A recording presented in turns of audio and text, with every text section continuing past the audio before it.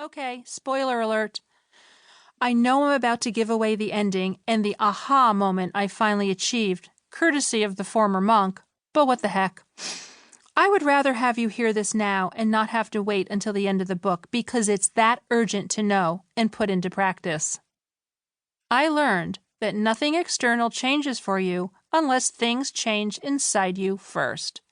Or, said the more commonly quoted way, when things change inside you, things change around you. This is the journey into light that we make on a daily basis through our decisions, actions, and thoughts. This is the acknowledgement that happiness exists inside you. It's not something you chase, buy, or conjure. It's something you tap into, deep inside yourself. When you do this, positive thoughts, laughter, joy, clarity, love, and hope all bubble up.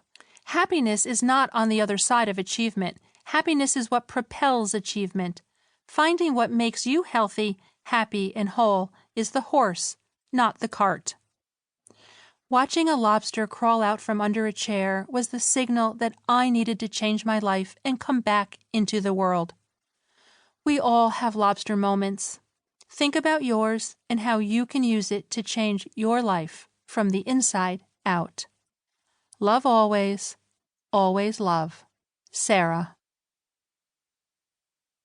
Chapter 1, January 1st, 2015. This morning was different. I couldn't wash it away.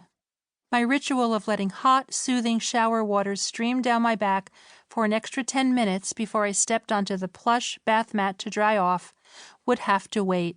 The shower drain was clogged with vomit. I achingly grunted Happy New Year to myself as I tried to get up from my bathroom floor. I could barely move. Every part of my body hurt. I imagined this was what it would feel like if I ran a marathon, or was in a car accident, or fell down a flight of stairs.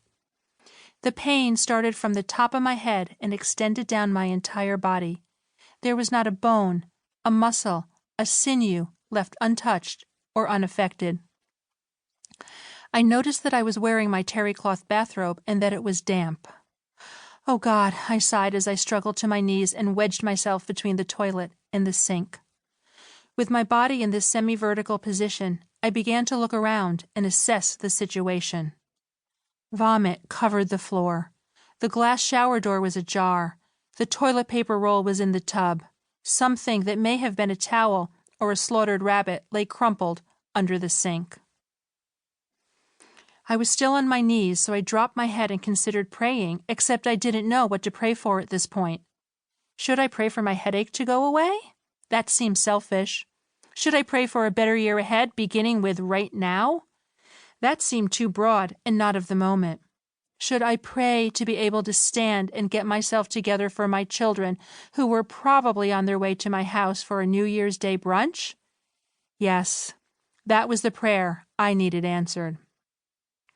I made it from my knees to the side of the tub and sat there for a few minutes, hoping the dizziness would dissipate before I stood all the way up. 30 minutes later, I had completed the journey from the floor to a standing position in front of my bathroom mirror. The face that stared back at me was almost unrecognizable. My hair was wet and hanging in front of my face, with chunks of regurgitation falling to the floor like confetti, as I brushed it back to reveal a big, black eye. On the other side of my face, my right cheek was bleeding. The skin was peeled and blistered. I had burned my face from lying wet on the radiant heated tiles. I had no idea how long I had been on the bathroom floor, or even what time it was. Panic began to set in. I have to cook, I reminded myself. I have 15 people here for brunch at 1 p.m. I swallowed 3 Motrin and decided to lie down in my bed for a few minutes while they took effect. I brushed as much puke from my hair as I could and crept under the covers. I thought about taking another shower, but couldn't bring myself to clear the clogged drain or rinse the glass walls that were dripping with projectile spew from hours prior. "Mom!" was the distressed bellow I woke to. "What time is it?" "It's almost noon," said my daughter, standing parentally over my bed. "I came early to see if you need..."